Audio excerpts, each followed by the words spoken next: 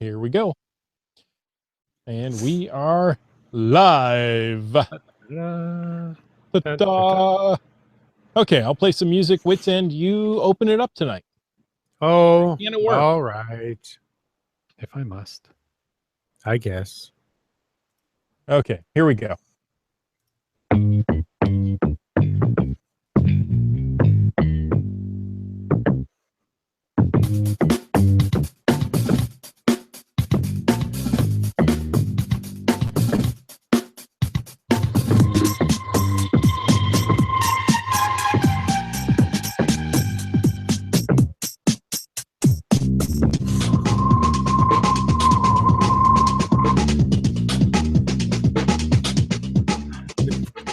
And welcome to Caching in the Northwest, the only podcast dedicated to geocaching in the Pacific Northwest.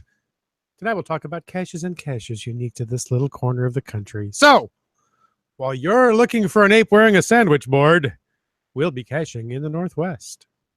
That's right. And he did the Caching in the Northwest intro as the entire lifespan of caffeine in the human body. It goes really fast, slows really down, slows really down. You know what? I don't know what caffeine does. I don't drink the stuff. I said that with a straight face. Hey, it's time to bring in our aquatic monkey. Some say his feet are natural flippers, and others say he's raced a salmon upriver and won. All we know is he's called Land Monkey. Hey, how's it going, guys? Very well. Thank you. Welcome back, Mr. Wits End. Well, thank you. We missed you, buddy. Oh, it's nice to be missed. I missed you guys too. Thursday nights just aren't the same. No, they're not. And did somebody say something about an ape sandwich? On the Sandwich Plateau? Yeah. Hey, all right. You know what? Enough silly monkey chit chat. It is great to have our co-hosts all back here together again. The band is back together. So happy about that. The boys are back in town. Yeah. Something else sorry, is there challenges with my audio? Is it too low, too high? No, you're good. I'm good. All right. Hey, something else we're thankful for is our Denali level supporters. That is Limax, Team Squirrel, and worldcaching.com. So folks, if you want to know more about supporting the show, make sure you click on the Patreon link on the cachingandw.com website. And even if you choose not to be one of our rare and elite Denali level supporters, you know what? Any support we really enormously appreciate. It just helps us to keep this podcast coming for you guys. So really appreciate that. And tonight we are going to talk about, once again, the upcoming APE event, but we're going to kind of focus in on what is actually going on that day, the day before, some tips and tricks about how to maximize your going ape event experience. However, before we get started, we want to remind you guys about something fun that we love to do, which is handing out the virtual glow badge, the geocaching log of the week. You want to get one? Well, I'll tell you what, send us, email us, call us, send us a geocaching log, and you can get your very own glow badge for your profile page. So whether you wrote it or whether you read it, we want to hear about it, because great logs simply make geocaching better. So send an email to feedback@cachingandw.com. You know what? You can always call into 253-693-TFTC or use the handy voicemail tool right there on the website and show us just how you glow. That's right. And this week's glow comes to us both submitted and written by Casemon, who found Lost Vedder Treasure. I like treasure. Treasure sounds exciting. The log reads, "Wow, that was quite the trip. This cache took me an hour and a half to bag. As I arrived at the parking area on the dike, it was full of cars. First, I thought maybe there's a caching event I didn't know about, but no, it's salmon season. The Sumas River was crawling with fishermen and women on the shore and in boats. No worries. I'm taking the trail. Not. Getting to the first stage already required walking a freshly cut path between high walls of blackberry bushes. My dog refused to follow me, but instead ran into the river. Turned out the water was low enough to leave a bit of a muddy bank, so I followed that for a bit, then dove back into the forest for find number 1. Found the greatest treasure map. Very nicely done. I tried to follow the map instructions. I really did, but every path I tried to follow inevitably ended up at a wall of blackberry bushes. Welcome to the Northwest, right? I cut my way through some of it and have the scratches on my arms and face to show for it, but it was of little use. Eventually, I ended up mostly following the river, every now and then trying to find the higher trail, because slogging through the mud littered with hundreds of dead salmon and climbing over huge logs was no cakewalk either. Eventually, I found myself in a field, thinking I could be close to the cache, but no paths leading into the suspected direction. So I buckled and programmed the spoiler coordinates into my GPS. Turns out there were only some 90 meters of blackberry bushes between me and the prize. Who'd have thunk? So I made my way to the river again and followed my GPS to a grassy spot where I think I found the remnants of a trail leading me to ground zero. This journey was definitely the longest half-kilometer of my life. Now, even then, it still took me a few minutes of walking around to finally spot the giant object that is guarding the treasure. I bumped into it before I saw it. It was completely overgrown with grass and, wait for it, blackberry bushes. A few minutes later, I finally laid eyes and hands on the treasure. Success! Of course, I still had to return the map to the stage 1 location. I ended up following the muddy banks of the Sumas River all the way back, and after replacing the map, make my way back to the car. So while I was doing all that, my dog spent most of her time on a dead salmon-infested beach. All you people with dogs already guessed it. You'd swear I'd picked up some hitchhiking zombies today. A lot of fun, and I can say with confidence that I would never have found this cache if it hadn't been for these spoiler coordinates. So thank you, Dan G., for this fun-filled afternoon. Fave point. Wow. Impressive. And yeah, there was some chat about Casemon in the in the chat as we were reading that, and apparently he's not a fan of trails. Anyway. Yeah, I was going to say, anybody who's hiked with him would chuckle at the comment about right off the start there. I think, what was the quote? No worries, I'm taking the trail. Not. Yeah. Hey, I know a certain podcast host that turns a simple cache into a full contact sport. If you're not bleeding, you're not caching. You're doing something wrong. Exactly. Hey, if there's a milestone cache you're celebrating, why not call it into 253-693-TFTC and share it with the entire Northwest community? You can use our voicemail tool on the website. And tonight, we have such a milestone from our friend Limax. Let's take a listen. Awesome. Good day, gentlemen. This is Limax calling in with a milestone. I just recently found my 2080th cache at GC 4 Mike 482 called Cub Amy, which was hidden by our local Cub Scouts. Now, 2080 is significant because it is the 64th triangular number, and it also is a prime factorization that only uses 3 distinct primes. So there you go. Bye. Only Limax would know those things. There you go. Hey, you know what? But what's awesome there is any cache find can be a milestone. In fact, technically, every cache find is a milestone, as right. Witsend would claim. But, any cache find can be a milestone, and we'd love to hear about your cache finds. So make sure that you get in touch with us. Let us know about it. And you know what else we want to hear about? For the month of August, we even want to hear about your cache not finds. That means call us in. Well, you can call us in, but we probably won't come. Tell them your best DNF story for 2 entries into our August APE themed giveaway. If you email us a story about your DNF, you know what? You'll still get an entry, but we really, really want to hear it in your voice. So that means give us a ring at 253-693-TFTC or send us an audio file. You can just click on the little widget on the side of the website there and send us audio. Heck, I bet you your smartphone can record audio as a file, and then you can email it to us. I bet you could probably figure that out. You guys are all pretty smart. So there you go.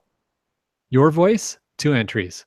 Your handwriting, well, not your handwriting, your typing, 1 entry. Your voice. Your handwriting, maybe 2 entries. Our voice, Mail it. 1 entry. How's that? Yeah, there you go. There you go. I like that. Yes. And speaking of milestones, I'm planning on making the Ape Cache my 2400th cache find. Nice. So, We already made it our 500th. well, that's true.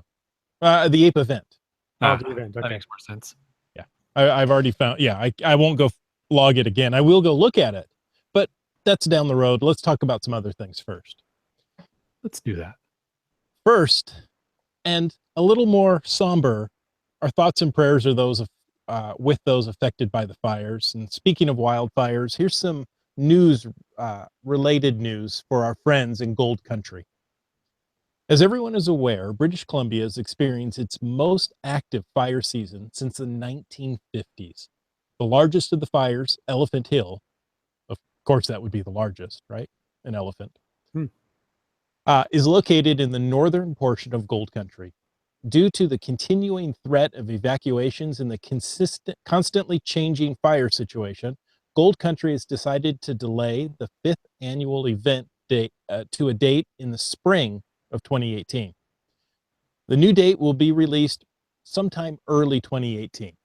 We apologize for the inconvenience and hope that everyone can understand that the change of the event will result in clearer air quality, more geocaching opportunities, and most of all, a safer situation for our participants. For participants who have paid for the registration, a full refund will be provided to those who wish to withdraw from the event. So there you have it. And, it makes a lot of sense that you can't bring people up into this area right now with the fires going on. So there you go. Now, further to that, oh, sorry, I was going to jump in. No, please. They also share that what they are doing is there are some new Gold Country GeoTour geocaches. We shared that when we had Terry Hadwin from Gold Country on the show the last time. I can't remember what episode number that was, but shouldn't be hard to find. She's our most returnable guest. She is our most returnable guest. And we rarely return her. All right. So yeah, what they've shared is with those new caches, they say collect 10 path tags from any of our Gold Country GeoTour geocaches until the new event date. Path tags will be hidden right until the event in the GeoTour geocaches. And remember, some geocaches will be restocked numerous times. So there you go. So you can still get out and do some caching in Gold Country. If you're planning to do that though, like right now during the fire season, I would say check your facts. Go to the drivebc.ca website at least to make sure that the highways are open, but check the wildfire websites. And, I don't want to dissuade people from going to Gold Country because Gold Country is amazing. But It is. now there's probably safer places to go geocaching. Mm-hmm. And yeah, you're not dissuading people. Use common sense. And I've come to realize in this day and age, common sense is not all that common. Wow. If there's fires up that way, all you're doing is getting in the way of the people who are trying to help. So stay out of that area. There you go. I said it. Don't Do your go. research. When in doubt, call Land Monkey at home and ask him what it's like. Yeah, just stop by his house. He'll be there to help everything you and give you a map. Yeah, there's only 2 people who get that service. And they're on this podcast with me. Oh, I'm touched. Wow. I feel spatial. Hey, this last weekend, Yes. I went to an event that I've been wanting to go to for quite some time. Do tell. PTLD 2016 down in the Portland area has been very good to us lately, letting us know of Oregon events and Oregon geotours and coin challenges in the area. Also brought up the Cache with a Cop series of events. I went to August's Cache with a Cop, and it was very good. I had a chance to talk with Officer Hank and Officer Dan of the Portland Police Department. They are active police officers and geocachers. And as far as Officer Hank and geocaching.com know, they are the only police department that has an ongoing geocaching presence, an event and such. So the next one is going to be, I didn't put the dates down, is going to be in September, and it's GC 7945. No, GC 79745. Right. All numbers, no letters. GC 79745. And it is going to be, oh, yes, that's right. It's going to be September 1st, which I believe is a Friday. I think it's a Friday, yeah. At 6 to 7:30. This is going to be at their training division, which I really wanted to go to. It'll be impossible for me to get down there on a Friday evening, first of all, and around 6 o'clock. But it's going to be at their training division, and they're going to show you their simulation corner. They have a street corner. Guns? Maybe. A street corner with an apartment building, another high-rise convenience store, and another building across the street they use for different simulations. Like, ooh, that sounds like a lot of fun. Yeah. One thing they're doing, which I think is great. Now, the event I went to, I have to say, was attended by 25 to 30 people, which is a big event by any standards. But you sign in, and if you've come to 4 of their events, you get a path tag. If you've made it to 8 of their events, you get a geocoin. Wow, that's cool. Isn't that cool?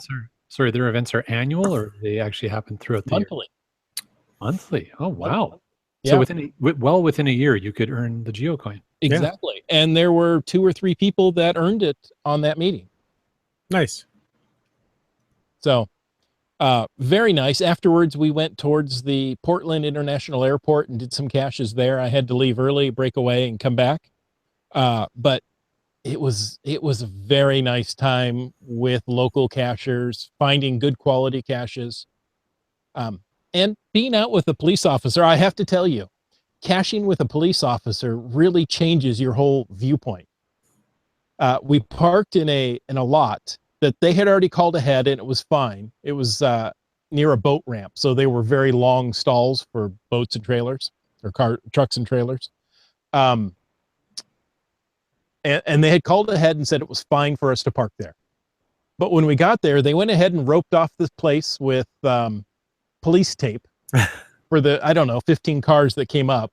And I was thinking, if I was geocaching and I came to a park and there were 15 cars behind police line, do not cross, I don't know if I'd stay at that park. Was there a chalk outline of an ammo can? No. Okay. We had to cross a relatively busy street to hit the trails. And Officer Dan says, you know what? I'm going to bring up the cruiser, turn on the lights, and stop traffic so you guys can cross safely. So we had a police escort across the street. Nice. It was very interesting caching with a cop. Different experience, yeah. That sounds like a lot of fun. Bri Lang asked, if you go caching with a police officer, is that an LEO encounter? And it definitely is. There you go. Definitely is. I mentioned that I know very few geocachers who have not had an LEO encounter, a law enforcement officer of one kind or another throughout their caching career. And the guy next to me goes, I never have. And Officer Hank turns to him and says, you're caching with me. You just had one. You have one now? We cached with a law enforcement officer in Olympia one evening with a listener of the show. Mm-hmm. But it was not anything like you just described, so. No. That's cool. So Cache with a Cop is an ongoing series. They want to do some things. I mean, they're really looking to help the community as well. They're going to do a big event in December. They're looking in November to hand out food boxes. Come to the event, they'll load you up, send you out to the area, and it's a great day. So if you get a chance to cache with a cop, do it. Well, that sounds like All right. Well, you know what? Let's start switching gears. And we've talked about caching with the cop. Let's start about talking. Blah, blah. Let's start talking first of all, and then we'll start talking about caching with apes, or regarding apes. And we want to start talking about the Going Ape event. Now, there's an informal hike to the cache that shall not be named. That is going to be at 6:30 a.m. on August 19th, just prior to the Ape event. So remind those who may not have found that cache. Go ahead. You can say it. Okay. I won't For those stop who the haven't podcast. found GCD before, you know what? Meet up at the meeting point at 6:30 a.m. August 19th, and join what'll probably be like 300 people to. Basically, I think what they could probably do is just line everybody up the trail and just hand the log all the way back down to the park. Probably close, yeah. Mhm. And I would advise getting there early because the parking area will get full very quickly. Yeah, Yes. that was our experience a couple of years ago when Yeah. the group of us went. And it's just going to be even busier this year since it's the return of the ape cache. Yeah. Big ape weekend. And remember, We call it a gorilla. if it doesn't have a tail, it's not a monkey, even if it has a monkey kind of shape. Doesn't have a tail, it's not a monkey. A monkey, it's an ape. So speaking of going ape, well, there's a speaking of going ape event prior to the hike to the cache that shall not be named and the big event and all those things, because this one's, well, it's Friday night from 5 p.m. to 7 p.m. in Torgeson Park. You know where that is? No. Why, it's at 750 East North Bend Way in North Bend, Washington, 98045. Of course. Oh, okay. Thank you. It is GC76 Foxtrot Tango 1, for those of you looking for the GC code. And yeah, I'm not able to make that one, but I'm sure a lot of people will be in the area and just might pop into there. So if you go, have a great time and talk about going ape, and then we'll see you on Saturday. Saturday in my nitro burning funny car. No. Thousands of tons of mud. All right. But Hopefully not. hopefully not. Well, there is thousands of tons of mud. We call it a mountain. Oh, I thought you were talking about quichelas. Oh, well, that is too. Wow. That is thousands and thousands of tons of mud.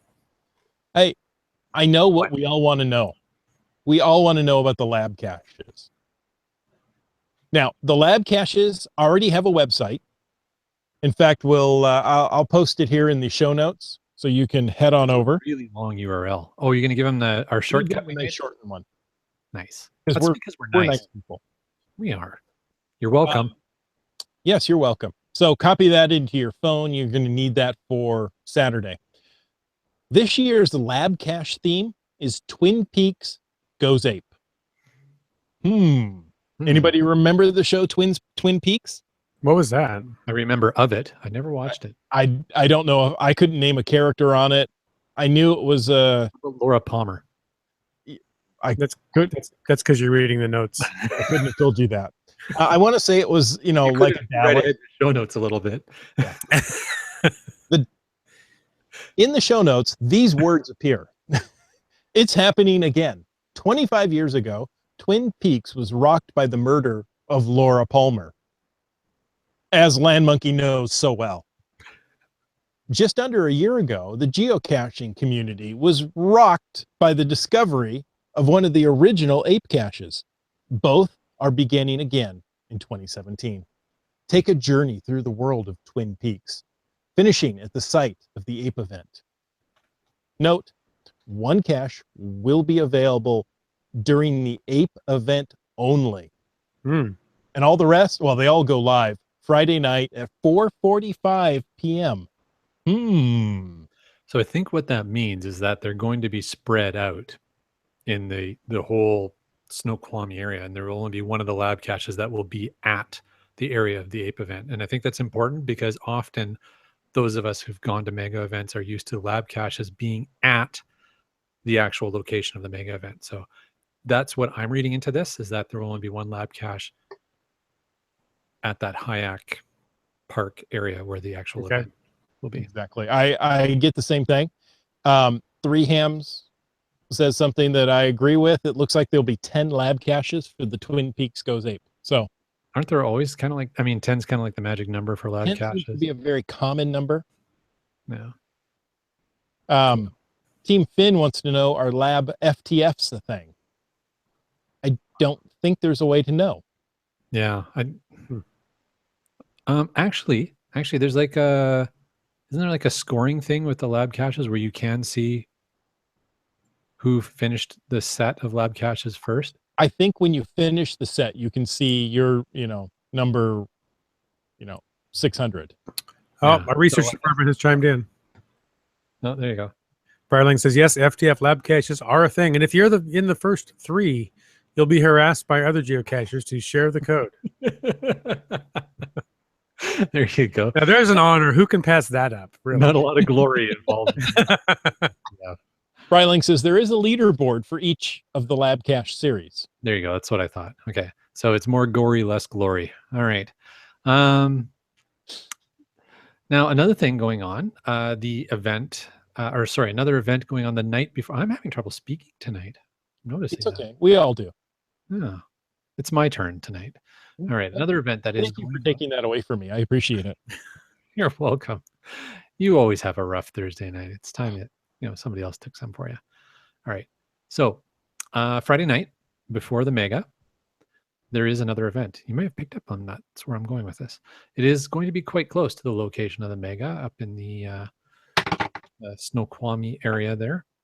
The GC code is 79. So GC 790 Delta Echo. GC 790 Delta Echo. So you can go check that out. It is called the Meet and Greet the Belgians Going Ape. Ooh. So that is Friday, August 18th. It's going to run later in the evening, 8:30 to 9 p.m. And they note there's a quiz at 8:55. Now, they encourage you to park at the parking lot for the Snoqualmie Inn. If you're coming there, that's where they're going to hold this informal event. This event is not officially sponsored by WSGA. This is a private event. I believe that private event. You know what I mean?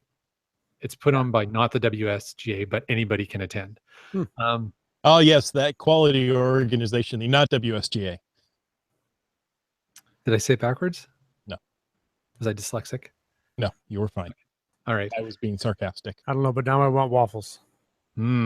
Yes. So what I can tell you guys, I've read through the cache page, and they're planning to do what they, when they say quiz at 8:55, they're planning on having a little game in order to win a prize.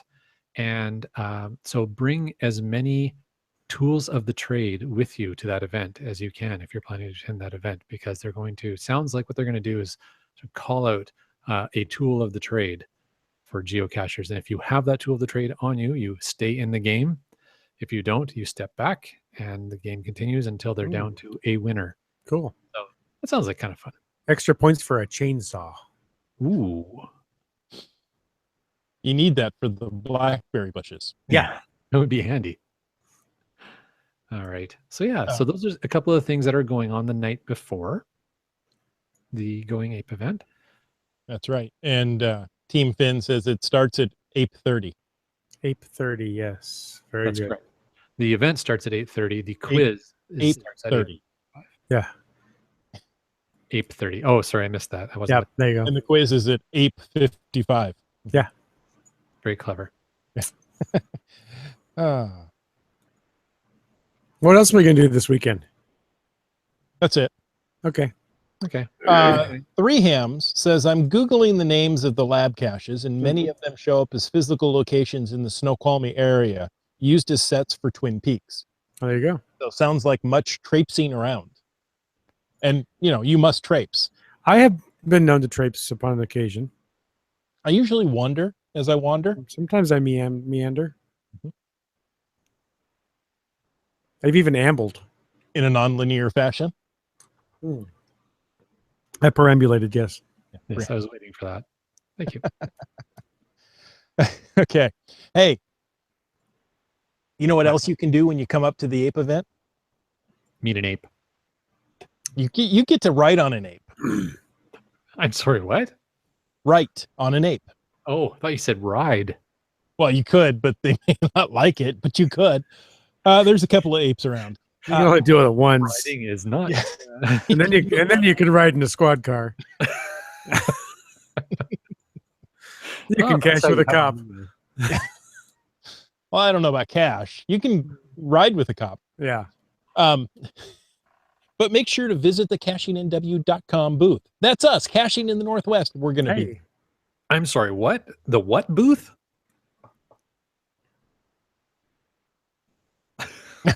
You said it right. I know. The I'm Caching in the Northwest. surprised to sort of Yes, slip. we've been given permission by the WSGA to have a table up there and some space. So we're going to set up, and we want to meet you. I'm sure we've met each and every one of you, and we really like you, but we want to see you again. Yeah. So how will people be able to find the cashingnw.com booth? I might have to put coordinates out because we might be one of the areas you have to tramps by. Trapes. Tramps. Trapes like tramps? Yeah. Yeah, I think we'll have a pop-up shelter. We usually do. And we'll go up and we'll pop up and then we'll shelter. And, Shelter. we also want to visit this cache thing, the APE cache. That's it. That's the thing. Mission we found it. Tunnel of Light, right? That one? That's the one. All right. Which, of course, is, well, the focus of this whole weekend. It is. So, yeah, I mean, you may catch all three of us at the cashingnw.com booth, depending on your It could time. happen. Could happen. But, I definitely want to get through that tunnel, and because I have never logged the actual ape cache. It'll be Yes. first ape icon. So I'm very excited about that. So definitely Mrs. Land Monkey and I will be aping our way through the tunnel with a million other geocachers. Literal million? No, that is a figurative million. Hmm. But I am curious about plans for those who are planning to get through the tunnel. And for those who've experienced going through the tunnel, bike or walk? What's the best way to get through the tunnel? Well, Especially with those kind of we've seen crowds. people drive through the tunnel, so that's the best way. Drive is the best way, especially if you have a train. Yeah, well, we've seen park ranger trucks drive through it while we were hiking through it. But most of us don't have that luxury permissions. So we've done both. Both have their advantages. Biking is usually a little quicker. But, Would biking actually be quicker on the day of the event? That's what I'm wondering. I'm just wondering if there's going to be like 500, 600. I don't know how many people there. yeah. Billion. It was when we did it, but admittedly, it was crowded, but it won't. I think it'll be more crowded this weekend. So That's what I'm wondering. Yeah. What does it take us to walk through the tunnel? An hour? Hour and a half? yeah, it's roughly 3 miles long-ish. 2.25 is what I always say. Okay. And I know we bike through in less than 45 minutes. So that would be half the time if it was an hour and a half. It's nice, even level terrain, but you're not going to make great time through it. Number one, it's dark. So, that distracts from your speed a bit. And there are a lot of people in there. People are saying it's about an hour to walk each way through the tunnel. So maybe we bike through in half an hour. I can't recall. But the bike was significantly faster. Yeah. Lighting is an issue. We're going to talk about some things to bring with you to the event, and let's actually move on to that section. And Sounds good. Because I think the biker walk debate could go on for quite a while. yeah, exactly. Do both. Exactly. Oh yeah. And then Bike call one us way, and then leave it and walk back. and walk back. And then tell us at 253-693-TFCC which one you liked better. Yeah. Because that's going to be very efficient. Yeah. Because then you can walk back and then ride the bike back. Yeah. Get the full experience. And that way you have a good basis to confirm which one is faster and easier. And if you do it twice, you can log that ape cache once. Good That's call. right. You can't double log a cache anymore. Nope. Mm-mm. All right. What's up, Chris? You look like you got something in your hands there. I do. I have something in my hands that I want to show you. If you're going to go to the APE event, you're going to go to the Hayak parking lot there, you're going to need a Discover Pass. Okay, I've got one here in my hot little hands. This is mine. You can't have it. But now I know your number. There's a serial number at the No, top. Everybody write that down. April 2018. That's when it expires. I have yet to actually use it. I haven't put my license plate on there yet. Ooh. So if I get a screen cap of that right now. Yeah, go ahead. I'll rotate it slowly for you. What are you thinking about, man? Go buy your own Discover Pass. You can get one for $5 or $10 the day of. Well, or $30 if you're planning to do any $30 other for the parks. year. And then you get a nice thing like this, and you can use it at any park, you know. I actually like the new pass that they've come up with. That larger laminated one. It works way better than the little slips of paper that they had previous years. Yes. Yes, definitely. So you will need a discovery pass or Discover Pass for the Hayek parking lot. Okay? If you're planning to do the hike to GCD, you're going to need a NorthWest Forest Pass. And that's different because you can see here, this one is orange and the other one was not. Here's the thing. I heard earlier today that you no longer need the Northwest Forest Pass for the Mount Margaret Trailhead. I don't believe you. Okay. So I guess fact checking is required. Yeah, I agree. And Team Finn says they do consider the U.S. Forest lot as overflow parking. So I don't know which one you need. You know what? GCD no longer needs a pass, 3Ham says. I would still buy both because $30 is cheaper than a ticket and being towed. Right. Now, something else I have learned in my recent #geocache road trips throughout Washington and other states is the National Forest Pass can be superseded with a, what do they call that? The U.S. Forest Service? Or the U.S. Forest Service. Either of those is actually can be superseded with I'm trying to remember what they have a funny term for it, but basically it's your national park pass. If you buy the 1 year national park pass, interagency, they call them interagency passes. So that includes the 1 year national parks pass for the U.S. That's $80 a year for that one. The seniors, no, not seniors one. What's that called?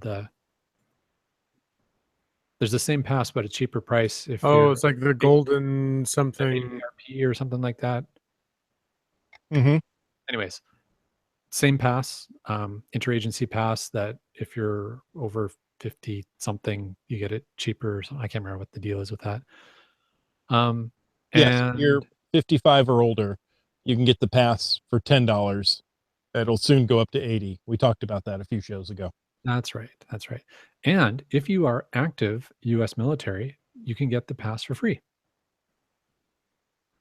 Interesting. Well, there you go. Now, so anyways, that pass, that interagency pass, will supersede the forest pass. So you don't need the forest pass if you have that. There you go. So maybe you don't need the forest pass. I'm hearing from 3Hams and Brylang that GCD, so the Mount Margaret trailhead, no longer needs a forest pass. Well, I know Seattle is saying overflow will be discovery. I think the WSGA will have an attendant at those overflow parking lots as well. And those overflow, I know the attendants will be able to sell you a day pass, a day Discover Pass. So cool, I want to say they're $10, maybe $5. So there you have it. Cool. Brian Lang says, if you're over, this is the research department, fills us in. If you're over 62 and a U.S. citizens, you should be buying your lifetime National Park Pass for $10 before the price goes up to $80 soon. Yes. Nice. Yes, you should. A lifetime pass for $80 or for $10. Nice. Very cool. All right. Yes, correct. It's $10 for the day pass, the day Discover Pass for parking. Right. And So that all is that the WSGA is not making any money on that. That is the cost that they turn around and give to Well, that's just what the passes cost to the get into those respective parks. Washington State Department of Natural Resources and Department of Fish and Wildlife. The Department of Natural Resources. Natural Resources. I like it. All right. So yeah. So good point. WSGA is not making any kind of profit off those passes. The parking is the cost of the parking if you were coming there any other day of the year. Mm-hmm. So good to know. Good point. What else should people be bringing with them? How about water and food? Any reason we'd want to do that? No. Okay. So don't Yes, bother. you need to bring water and Drinks food. of You're water going out to of be, oh, I might be overestimating. You might be 20 miles from any services. Yeah. So Along with any goodies that you wish to bring to the Caching Northwest booth, like cupcakes or something. yeah, It can happen. if you just happen to be baking cupcakes that weekend, bring some up to us. We also accept chocolate chip cookies. We're not proud. We'll take fried chicken, pizza, cheeseburger. You just about anything. Yeah, but not something that's been on your floorboards for a week. Well, no. We do draw the line there. We have been known to accept beer. Oh, It could happen. in a special ice container. So bring plenty of food and water. Like I say, you're not going to just be able to go out and grab a burger and come back. The WSGA will have its lemonade stand. That's a refreshment table with water and lemonade, perhaps a little bit of snacks. And there are picnic tables at both ends of the tunnel, so you can sit down, relax, and enjoy the scenery while you're having lunch. Absolutely. Very What a nice. great idea. Sorry, I was reading the chat. Yeah, I was looking at it too. Dead air. Yeah. Monkey cakes. I'm sorry, which? What? Monkey cakes. Isn't that a great username? I Monkey thought you were just a new nickname for Land Monkey. Oh, Monkey cake. love you too. Says if you have a fourth grader, you can get a National Parks Pass for free. It's part of the initiative of the Parks Department. Every kid in every park. Apparently, you Where just can I leave go them. get me a fourth grader. It's cheaper just to buy the Forest Service pass, let me tell you, than going to get a fourth grader. Okay. Apparently, you can find every kid in every park. I don't know. Oh man, that's funny. Well, if you happen to have a fourth grader in your home, that's great. And obviously, this is for U.S. citizens. I'm assuming. Sometimes I act like a fourth grader. Steve true. Finn wants to know what about eighth graders. Apparently, get two. Forest passes. Yeah, they get two. There you go, double up. All right. Some other advice we have is, before you get up there, fill up the tank. Not just your tank, but the tank on your motor vehicle. There's going to be a lot of traffic. It is going to be busy. If you are going to be traveling to the east of the event area, actually, I think even to the west, there's some construction going on. There's just a lot of construction going on up on that highway. And if there's any kind of accident in the pass, you're going to be sitting there for a while. So just plan to have that. Plus, the other thing to consider, depending on which way people are going, folks who are headed down to Oregon or Idaho that weekend to go watch the eclipse on Monday are going to be jamming up the highways. They're already starting to do that. So Yep. We've seen video of some Central Oregon highways backed up for like miles. It's kind of crazy. So make sure before you get onto the main stretch of the highway there that you got a full tank of gas. That's right. If you're going into the tunnel, and really, if you're coming up to the event, why are you not going in the tunnel? If you're going in the tunnel, make sure to bring a jacket and a hat. I know it could be 90 degrees outside, but you get into that tunnel and it's 50 degrees in there year round. So it can get chilly and you'll get wet. There are drips that come through. Now that's great filtered water. I wouldn't suggest drinking it, but it should be perfectly filtered water coming through all that stone. Should it not? Has a high calcium carbonate content in it, but yeah. So 50 degrees sounds pretty hot to me. It's relatively chilly. So we're talking Fahrenheit, not Celsius. Oh, yeah, sorry. I'm like, no, that's not hot. And Yeah. then we could be talking Kelvin, and it's really cold. So Yeah. Who's Kelvin? My cousin. Okay. Uh, so 50 degrees Fahrenheit. What is that? 10 Celsius? I don't know, but it's probably pretty cold since 72, I think, is room temperature. Mm-hmm. Not in this room. It's chilly. It can get chilly. Now, if you're walking at a good pace, I find it very comfortable. I enjoy it. But often people don't have my body temperature.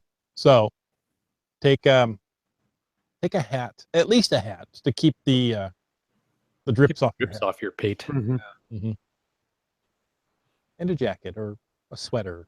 Yeah. Hey, Perhaps just a sweater vest. Ooh. Something Very in classy. paisley. And perhaps some illumination for the tunnel as well. ooh. Why is that? Yeah, actually, this particular weekend, it may not be necessary because there will be so many other people with lights that you can just follow the crowd. But as a general rule, when you're going in someplace dark, bring a light And it is dark. and batteries for said light. Yes, exactly. The batteries should last, fresh batteries should last with no problem, but bring a backup pair, because if you get stuck in the middle of the tunnel without a light, it's not a lot of fun. Right. Well, and another thing to have batteries for is a GPSR. Now, technically, your GPSR will not have satellite connectivity in the tunnel, and you can pretty much turn it off when you're in the tunnel, but you'll want it on the other side, Mhm. or your smartphone. Either way, whatever device you're using, you're just going to be killing battery in the tunnel. Mhm. But there are technically 2 geocaches in the tunnel, are there not? There's an earth cache that you need to There's make an earth cache observations. just outside, and I heard it was tricky.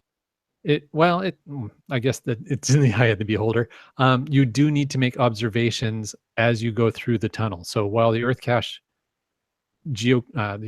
coordinates are on the outside, on the event side of the tunnel, you do need to go through the tunnel to make the required observations to solve that, or to provide your answers and earn that earth cache. And there is a physical cache midway through the tunnel, Yes, there is. and there will be a big Ladyfingers crowd would- gathered there, so it won't be hard to find. Yeah. No, just look for the monster. That's true. The Fen Dweller? Yes, Fen Dweller lives there year round and will scare you when you get to that cache. Okay, maybe that's not the case, but It's a tough job. yeah, somebody's got to do it. Apparently, Freiling is doing pancakes. Yeah, I was wanting pancakes. Nice. Earlier was waffles, now it's pancakes. You guys are making me hungry.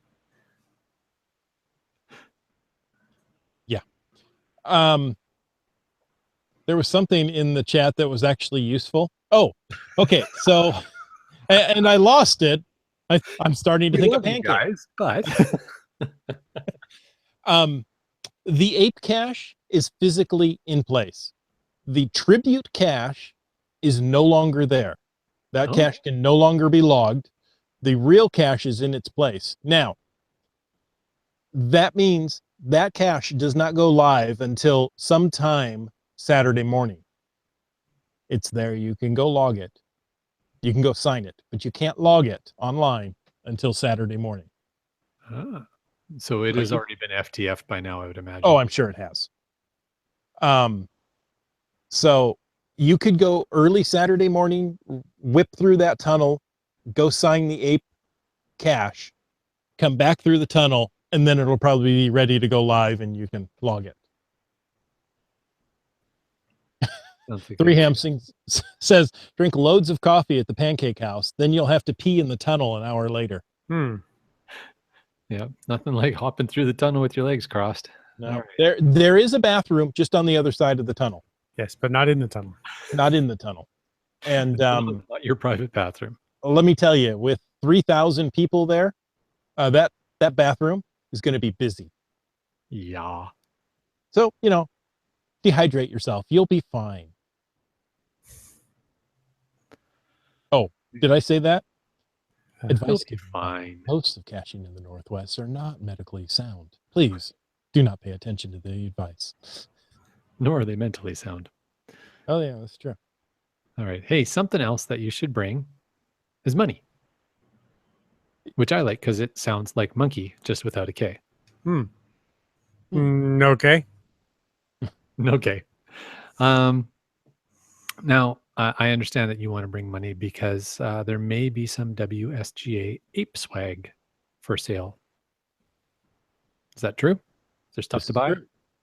That's what I've Now I heard. know the pre-sales have been long gone, but there Right. will be some swag there for sale. And I've said before that swag is an anagram of WSGA. Mm-hmm. Now we're all thinking about it, aren't we? Yeah, Yep. we stuff got all. We stuff got all. Very Yes. good. And the most important thing you can bring with you Yes. is patience. Because there are going to be crowds. This is Oh, so once scheduled. again, we're not doctors. We're talking about like being calm type patients. No, Yes. bring patience with you so you can practice being a doctor, because that's all doctors do is practice. They never actually get to be a doctor. They're still practicing. I'm not a real See, not doctor, but I yes. play one on a podcast. That's right. So there's going to be a lot of people there. There's going to be a lot of people everywhere. So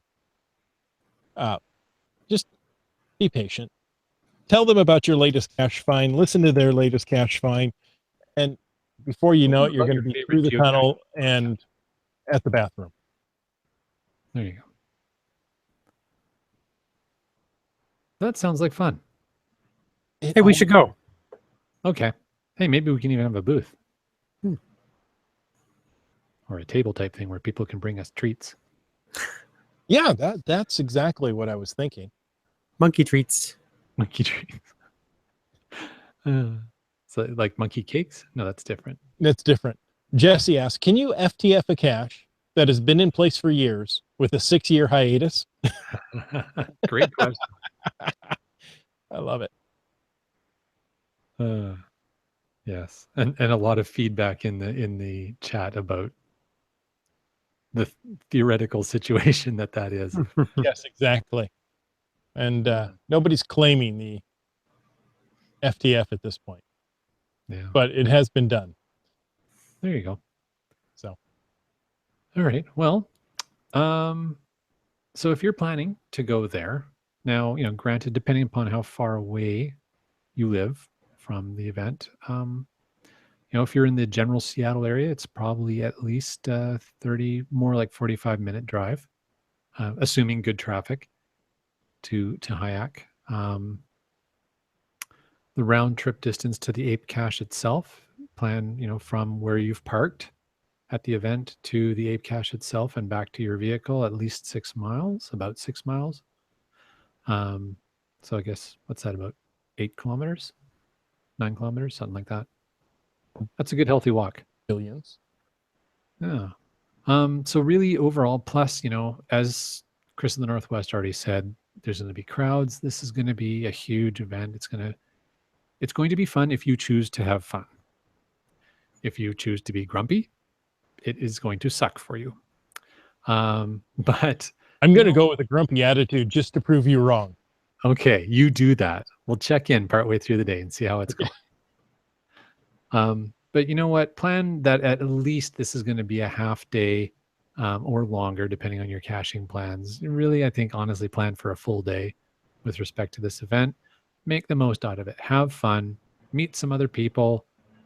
Make your way through that tunnel. Find an ape cache. I mean, for a lot of us, this will be the first time we actually find an ape cache. This is really exciting to be able to finally get that icon. And stop by our booths, check out some of the other booths that are going to be there. I think WSGA will obviously have a presence. I'm not sure who else will be there. The Ape event is a very different mega event from all the others. It's designed as a low-key event. They don't have vendors. Okay. You may see some people who are vendors, but they're not going to have a booth there. You might see Lookout Lisa from Cache Advance. You might see, some others. but they're not there to sell, right? It's a very low-key event.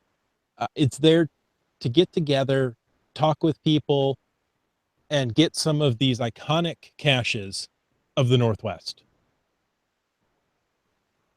That is a great idea. Very good recommendation. It's just I've talked with people who go, well, I don't know what to do there. You know, well, you go, you walk through the tunnel, you find the caches on the other side, you come back. That's pretty much it. I got a game. See who can find the most lackeys. There you go. You want a lackey hunt. And bring them to the Caching in the Northwest booth. Ooh, yeah. Collect them up. Collect them up. Bring on them a to the keychain. And we will, I don't know. We probably won't give you anything other than a pat on the back for finding lots of lackeys and actually getting them to come to the booth. I was going to say, and the lackeys will probably give you a restraining order, but that's completely different. That's on you. Wino Seattle mentions again, bring your own food. There are no food vendors. Bring plenty of water. Well, there may be a water vendor. So there you go. But bring your water. Yeah, that's good advice. Hey, you know what? When we're suggesting things like, collect lackeys and bring them to the booth and and all this kind of great advice, remember that this is the same podcast that gave you great advice like archiving parties. So, just keep that in mind. Ooh, good idea. Let's do that. Yeah, let's do that again. See if you can get all the lackeys to hold hands in a long chain like grade school kids at a museum. That's going to be worth something. Yeah. There you go. The lackeys are all wearing the same color T-shirts, so they're easier to find. Yeah. Are they still brown? I don't know. Often they've been brown T-shirts. They've been brown or black or red. The red shirt lackeys never come back. They just go through the tunnel and you never see them again. The fen dweller gets them. Yeah. So I mean, that could be a fun thing to do. So you know what? You're at a huge event. You've already found the ape cache. You got some time to kill. Go lackey hunting. Mm-hmm. Be very, very quiet. I'm hunting lackey season. Duck season. Lackey season. Wacky season. And find the wacky lackey. Ooh, which one is that? I'll just have to let you figure that out. I have my votes of which lackey that might be, but I'm not going to express that opinion right now. Oh, boy. You know what? Let's end the show before we get into trouble. Okay, too late. Oh. So, folks, thanks for listening to this show. We've got more shows coming up. In fact, very next week, we're going to talk about what really happened at the APE event. Today, we're speculating. Next week, we're going to recap what happened. Week after that, August 31st, we're going to talk about what's in your first aid kit. Okay. And what geocachers should have in their first aid kit. There you go. That's even better. Yeah, exactly. September 7th, summer 2017, #geocache road trip roundups. Nice. That'll be Sounds like fun. a cowboy is going to be there. So do we want to hear from all of our listeners? Yes, we want to hear about what you've done in your 2017 #geocache road trips. So before September 7th, make sure you send us either audio or write us an email and tell us about your #geocache road trip experiences in summer 2017. We really want to hear about what you guys have gotten out and done. That'll be a lot of fun. And speaking of lackeys, as we were earlier, a little later in September, we'll have a couple of lackeys coming on the show to talk about some other stuff, and we'll let you guys know more about that as we get closer. It could be one of the wacky lackeys. It might be. It just might be. We will have to find out. Yeah. The chat room is talking about lots of things, and while we're looking there, we want to see you all next week. Well, you'll see us. We won't see you. But we want you all to join us next week for that recap of the Ape Cache event. But until that happens, maybe they want to reach out and slap us between now and then. Where would they find you, Land Monkey? Reach out and slap us right between the eyes. All right. You know what? Please don't slap us when you come visit us at the booth. And No. That will be how you will get your restraining order. All right. The website for us Land Monkeys is landmonkey.blogspot.ca or landmonkey.blogspot.com. So yeah, we're trying to keep some content coming there every once in a while.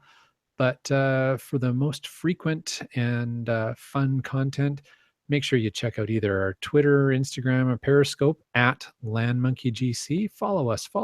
We'd love it. Or follow us on YouTube as well. Search YouTube for Land Monkey. We've got all kinds of videos. Got a whole slew of Mount Rainier videos that have been coming out lately on the YouTube channel. Just all kinds of great fun. And I'll tell you, I'll give you a little hint of within the next couple of weeks, I got a few videos that are in the hopper that are going to pop out over the next couple of weeks. One of them is going to be about how to set a geocache on fire. Ooh. I'm That's all already I'm gonna tell you. interested. That's all I'm going to tell you. It's a geocache you're supposed to set on fire. Nice. oh, you're supposed to. Oh, that sounds much fun, but And you're allowed to set it Yeah. on fire. still not as much fun. But I'm still interested. All right. there you I go. still watch it, but I want to Yeah. set other geocaches on fire. Well, I want to set the world on fire. We didn't start the fire. It was always burning since the world's been turning. I thought Ryan started the fire. I thought St. Elmo started the fire.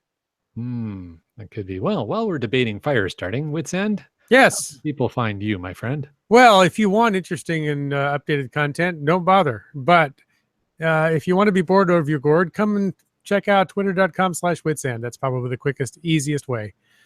Nothing there, but knock yourself out. Chris of the Northwest, how about you? Well, you know what? Just start looking for Caching NW. It could be on Twitter, it could be on Facebook, could be on Google+. Or better yet, head on over to cachingnw.com/hosts and read our bios and find all the links we just mentioned and a few extras that we've been hiding. Very cool.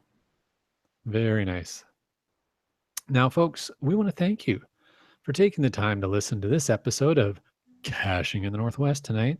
Remember that you can always be a part of this show by calling 253-693-TFTC and leaving us a comment, asking us a question, or hey, mail us a Giga event icon any time of the day or of the night. Of course, you can email us at feedback@cachingnw.com. Also, your support helps to keep quality shows just coming along. So if you enjoy quality shows, please click the Patreon link on the cachingnw.com website. This show is licensed under Creative Commons Attribution 3.0 license, copyright 2017 by Chris Umfenauer. And now, folks, stay tuned for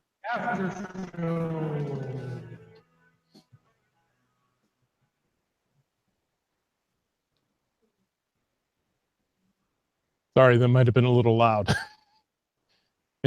The after show was loud enough to startle me. That Not sounds bad good here. Oh, on the side. okay. It was loud locally. Okay. Jim's like that sometimes. Yeah. Land Monkey, apparently Tracy from World Caching is already issuing a restraining order for you to stay away from their house. Why, is there a geocache at their house that should be set on fire? I don't know. Hey, Team Let me Finn, know, man. Team Finn is making an announcement. Ooh. September 10th. I'm is hungry. National Hot Dog Day. Yeah. Who doesn't love a good hot dog? Go Hey, to the you can go roast to it the, over the- you can go to the Des Moines Doghouse. We say Des Moines around You here. could roast the hot dogs over that geocache you set on fire. Exactly. So join us from 12 to 2 at the Des Moines Doghouse to help us celebrate. That's GC7 Alpha 2 4 Tango. 12 to 2 in the afternoon or the morning? Do both. Both. Hot Okay. dogs are good at any time.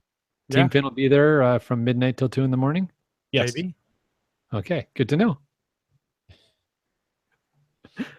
Oh, hey, in the not the show notes, in the chat, Yeah. there were several people referencing that Mountain Bike just performed maintenance on the Ape Cache. So this just in.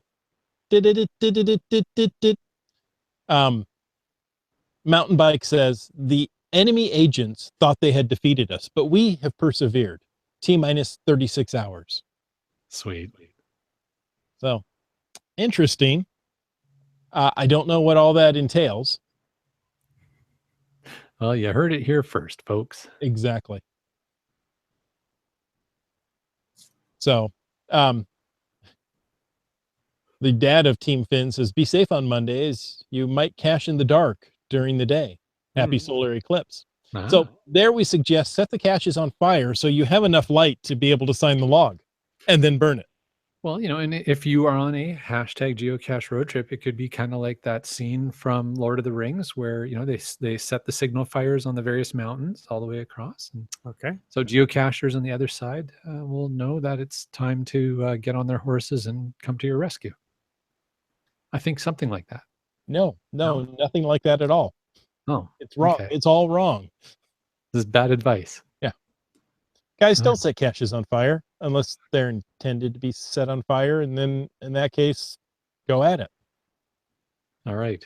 I don't know if I've ever used the term set a geocache on fire before, but I kind of just like burning things.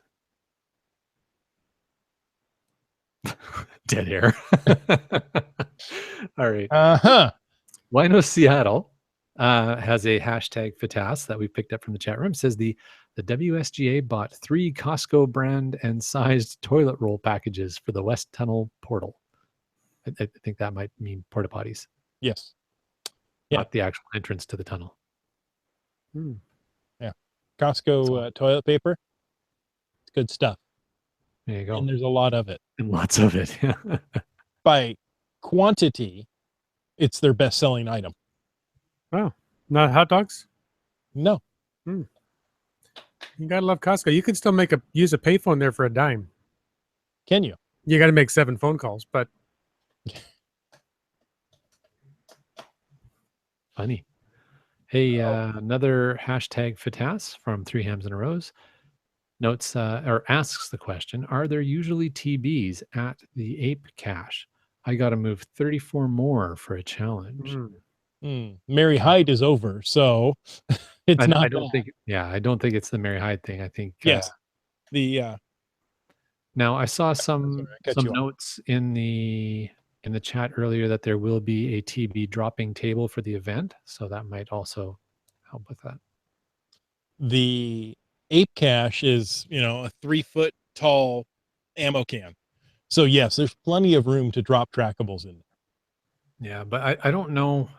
I don't know how accessible it'll be to actually even get at the physical cache itself to drop and trade trackables. It's going to be pretty busy at the geocache itself. I think if you're trying to do something like that, you might be better served to go to the trackable table at the event. But, whatever works for you.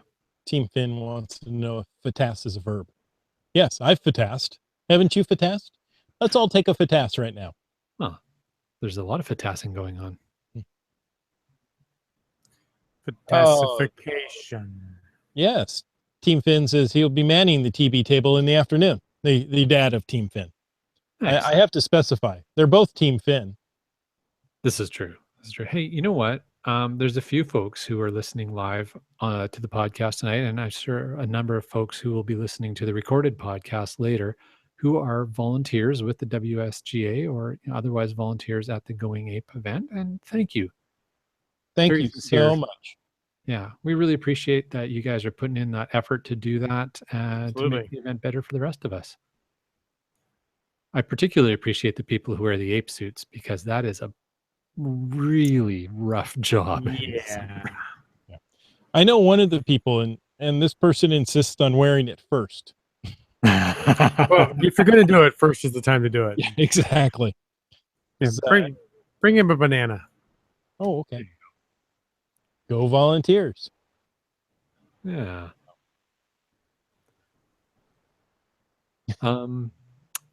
Dad of Team Finn says you can name me Sherpa Bob. Okay. There you go. The other Team Finn says something that I just mentioned before the show. It says, whoa, there's an event calendar on your dashboard. If you're Apparently using the that new was just dashboard. added today. And see, that's what's great about the chat and our listeners, because if it hadn't been mentioned here, I may not have noticed that for 5 or 6 months.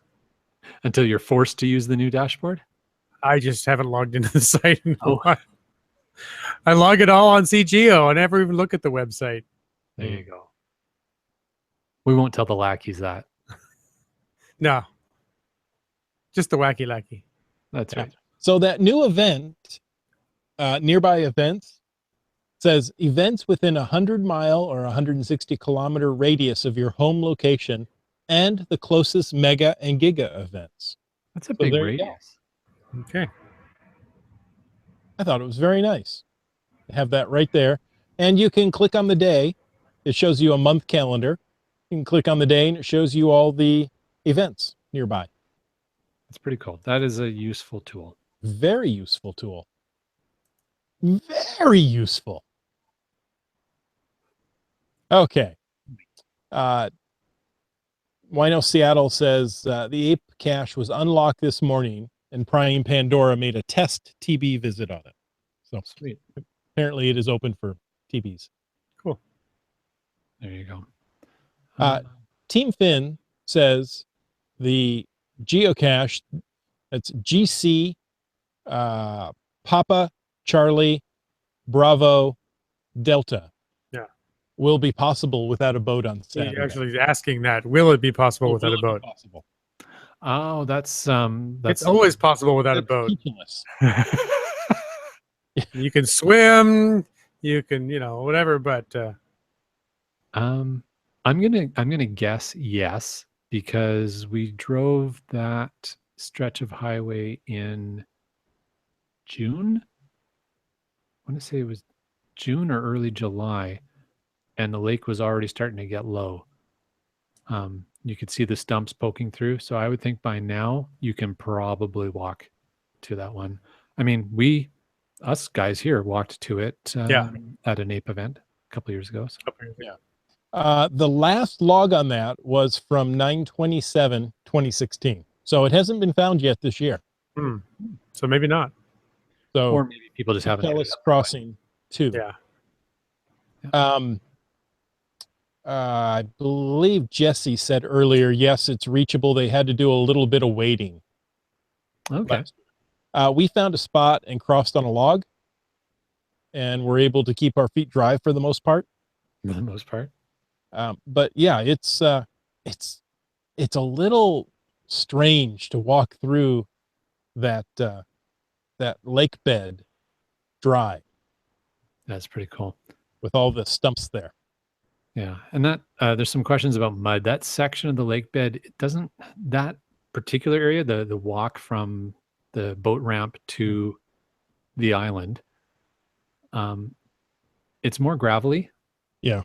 So it's not really that muddy. At least it certainly wasn't when we went. Again, this was 2 years ago. Mm-hmm. Yeah. Brylang says Land Monkey will be happy to drive you to the cache. And Team Finn wants to know if Land Monkey will carry him on his back. Will I carry Team Finn on Team Finn's back? No, on your back. No. Oh. Next question. Wow. Will you Didn't even drive think people to about the that. cache? I will not be driving to the cache this year.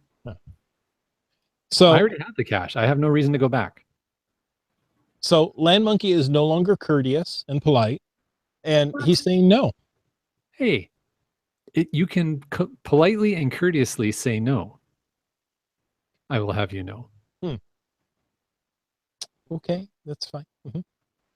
Yeah, sure. No, it was a relatively easy T5 cache. It was the easiest T5 cache I have ever done. Let me put it that way. 2 years ago on August 18th. Yes. Yeah. 2 years ago. Tracy from World Caching has a statement which everyone should actually follow. I always bring a change of clothes with me when I go geocaching.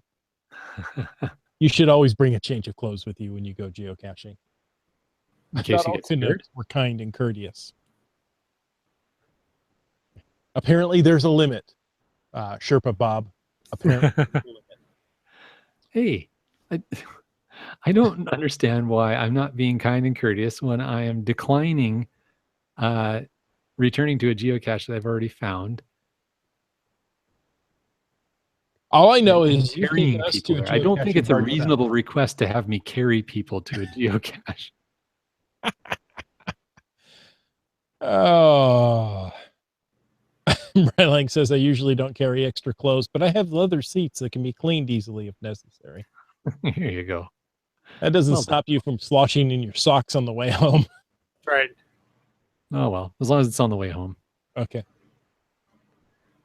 You call that a All right. bath? Pre-bath. No, Land Monkey is very kind and courteous, I have to say, as we close this. Not enough to carry you on your back, on his back, or drive you to a geocache, but Or even other buy than- pancakes. yeah. Well, hey, I have driven you guys to plenty of geocaches. Yes, you have. So No complaints from me. there you go. None at all. No, you're very nice. Sorry we picked on you this evening. Well, it's always somebody's turn, right? Yeah, exactly. There you go. That's why we have pretty 3 votes. thick-skinned. Okay, folks. Thank you so much for joining us. I hope to see you all at the APE event on Saturday. Come Get find there us. early. You won't get there earlier than other geocachers because, some people will be there by 3 in the morning. Well, no, Team Finn is going to leave at 3 in the morning. So they will be there early. So guys, if people are looking for us at the event, will we be all 3 of us wearing our Caching in the Northwest t-shirts? That is my plan. Okay, so there you go. Look for the big Caching in the Northwest logo on our t-shirts and you'll find us. Exactly. Last time I planned to do it, I forgot, but it is my plan. So look for Chris and I in our Caching in the Northwest t-shirts and look for Jim's mustache. You can see Jim's mustache from miles away. I think It's like a light at the end of the tunnel. You can see it from And if you space. walk the tunnel, you'll know exactly what that looks like. there you You go. can see it from space during an eclipse. Rylang, we're not done yet. We're still talking. That was just rude. Okay. Wino Seattle says if you want to meet him, you've got to walk through the tunnel. There you go. Yes, because I believe he is one of the guardians of the cache. Not a guardian of the galaxy. No, but those folks can see Jim's mustache. Okay. Okay. Good night, folks. And until next week, get out and get caching in the Northwest.